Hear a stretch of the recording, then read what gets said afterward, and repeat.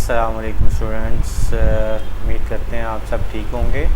आज के computer science ninth class के कंप्यूटर साइंस के न्यू लेक्चर के साथ आपकी खिदमत में हाजिर हैं। लास्ट लेक्चर में हमने फ़्लो चार्ट के मुतल्लिक पढ़ा था, उसी का सेकंड पार्ट आज हमने स्टार्ट करना है।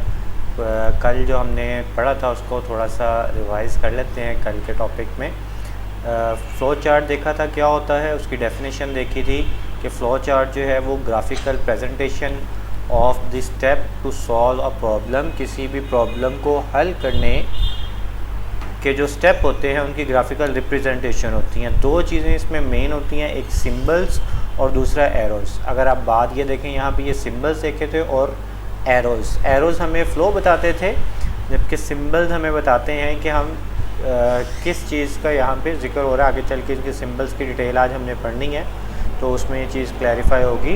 उसके बाद हमने इंपॉर्टेंस देखी फ़्लो चार्ट की प्रॉब्लम सॉल्विंग के अंदर, और फिर हमने इसकी रिक्वायरमेंट्स देखी फ़्लो चार्ट की, जिसमें इनपुट, प्रोसेसिंग, डिसीजन मेकिंग और आउटपुट शामिल था। आज का हमारा टॉपिक है फ़्लो चार्ट सिंबल्स कौन कौन से हैं, देखेंगे उनके क्या काम हैं। सबसे पहले हमारे पास इसमें एरो सिंबल्स है, इसको हम फ़्लो लाइन बोलते हैं, ठीक है। इसका नेम है फ़्लो लाइन, और ये हमें बताता है कि जो हमारा फ़्लो है फ़्लो चार्ट का वो किस तरफ है, मतलब हमने किस स्टेप से किस स्टेप पर जाना है। It is use to determine the flow of step in a flow chart. Flow chart में हमें बताता है कि आपने किस तरफ जाना है। अगर इसको एग्जांपल में देखें तो ये देखें, स्टार्ट से हम जा रहे हैं इनपुट की तरफ, इनपुट से हम प्रोसेसिंग की तरफ, तो ये हमें फ़्लो बता रहा है कि आपने किस तरफ जाना है।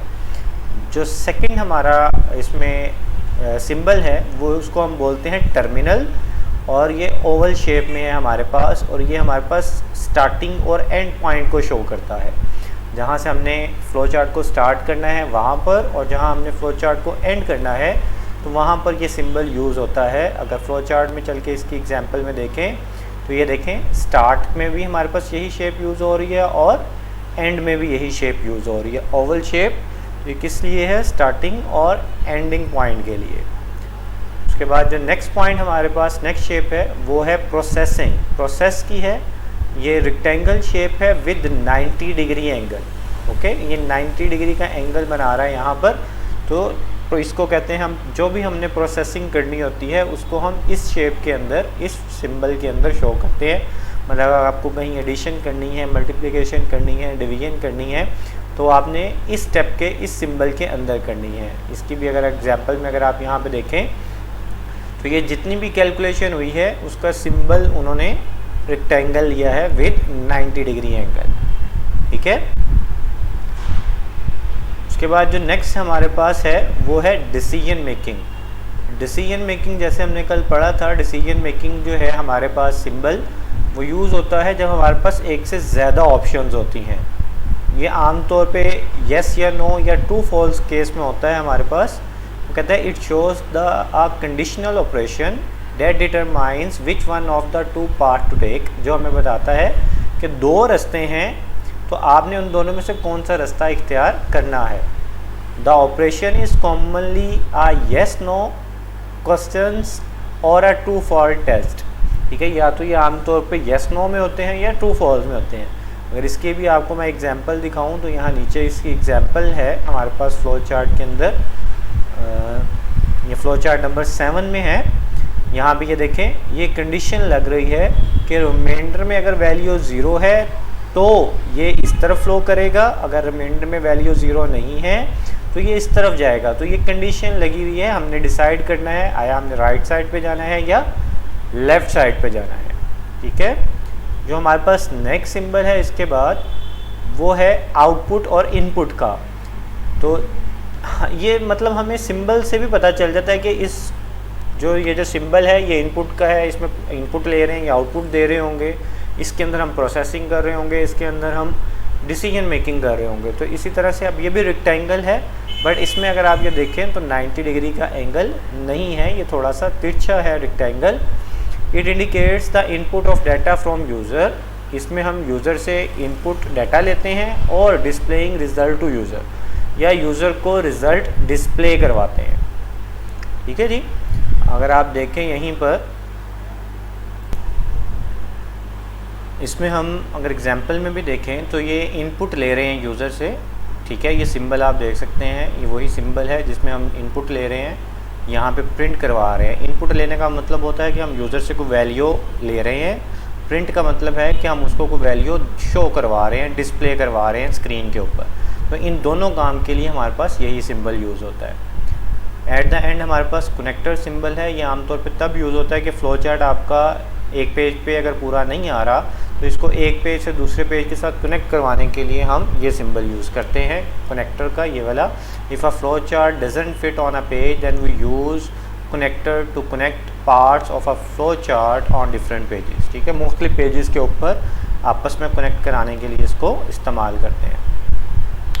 आगे कुछ एग्जांपल्स दी हुई उन्होंने फ्लो चार्ट की, जिसमें हमें वो बता रहा है कि हम देखेंगे किस तरह से हम फ्लो चार्ट के थ्रू प्रॉब्लम्स को सॉल्व करने में मदद देते हैं हमें। In this section we study problem solving using flow chart. इस सेक्शन के अंदर हम प्रॉब्लम सॉल्विंग को देखेंगे फ्लो चार्ट की मदद से। In a flow chart input means to get data from some input device. Input का मतलब क्या है कि हम कुछ डाटा ले रहे हैं इनपुट डिवाइस से and store it in the computer memory, और उसको कंप्यूटर की मेमोरी में स्टोर करवा रहे हैं। Our data is in memory, our data in memory is given some particular name. अच्छा, अब जो हम मेमोरी के अंदर डाटा सेव करवाते हैं उसको हम कोई एक मखसूस नाम देते हैं और उसी नाम की मदद से हम उस डाटे को इस्तेमाल करते हैं बाद में। We access data with respect to its given name to perform some computation from which result are obtained, और जिस पे हम कहते हैं इसी नाम की मदद से हम वो डाटा दोबारा कंप्यूटर से हासिल करते हैं, उस पर कुछ कंप्यूटेशन करते हैं। कंप्यूटेशन मतलब कैलकुलेशंस करते हैं और रिज़ल्ट हासिल करते हैं।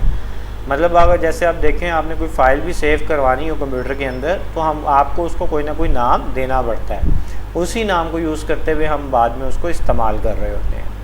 The result are stored in computer memory and we print display the result on some output device। और जो रिज़ल्ट हम हासिल करते हैं उसको भी हम कंप्यूटर मेमोरी में सेव करवाते हैं और उसका जो प्रिंट होता है वो किसी आउटपुट डिवाइस के ऊपर शो करवा देते हैं। फर्स्ट एग्जांपल की तरफ चलते हैं सबसे पहले। तो फर्स्ट एग्जांपल क्या है इसमें,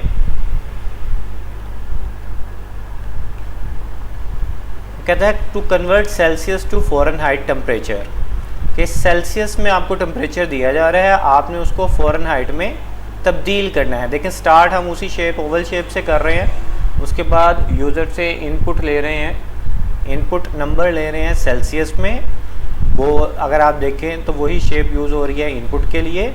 आगे हम फ्लो चार्ट में आ रहे हैं प्रोसेसिंग की तरफ, तो हमारे पास फार्मूला होता है कि सेल्सियस वाले टेम्परेचर को अगर हम 9 से मल्टीप्लाई करने के बाद उसको 5 से डिवाइड करेंगे और उसमें +32 करेंगे तो वो फ़ारेनहाइट में चेंज हो जाता है। साल के तौर पे अगर वो आपको 35 वैल्यू देता है सेल्सियस में टेम्परेचर की, तो उसको आप 9 से मल्टीप्लाई करोगे, फिर डिवाइड करोगे 5 से और फिर 32 उसमें ऐड करते हो तो आपके पास फ़ारेनहाइट में वो टेम्परेचर आ जाएगा 95 और उसको आप प्रिंट करवा दोगे, ठीक है। और एट द एंड आपके पास फ्लो चार्ट एंड हो जाएगा, ठीक है। इसमें देखें अगर सारे सिंबल्स देखो स्टार्टिंग और एंड में वही ओवल शेप, इनपुट और आउटपुट के लिए भी वही rectangle shape with out 90 angle, और प्रोसेस के लिए जो है वो रेक्टेंगल शेप। आज के इस लेक्चर को फिर हम यहाँ पे एंड करते हैं। इंशाल्लाह नेक्स्ट लेक्चर के अंदर हम इसकी एग्जांपल्स मज़ीद आगे देखेंगे। आप लोग खुद भी इसको एक दफ़ा गो थ्रू कीजिएगा, और कोई भी सवाल हो कमेंट सेक्शन के अंदर आप लोग पूछ सकते हैं। और इसके अलावा ग्रुप को चैनल को लाइक कीजिएगा, सब्सक्राइब कीजिएगा और अपने फ्रेंड्स के साथ शेयर भी कीजिएगा, और अपनी फ़ीडबैक ज़रूर देते रहिएगा कि आपको लेक्चर्स की समझ आ रही है या नहीं। शुक्रिया, अल्लाह हाफ़िज़।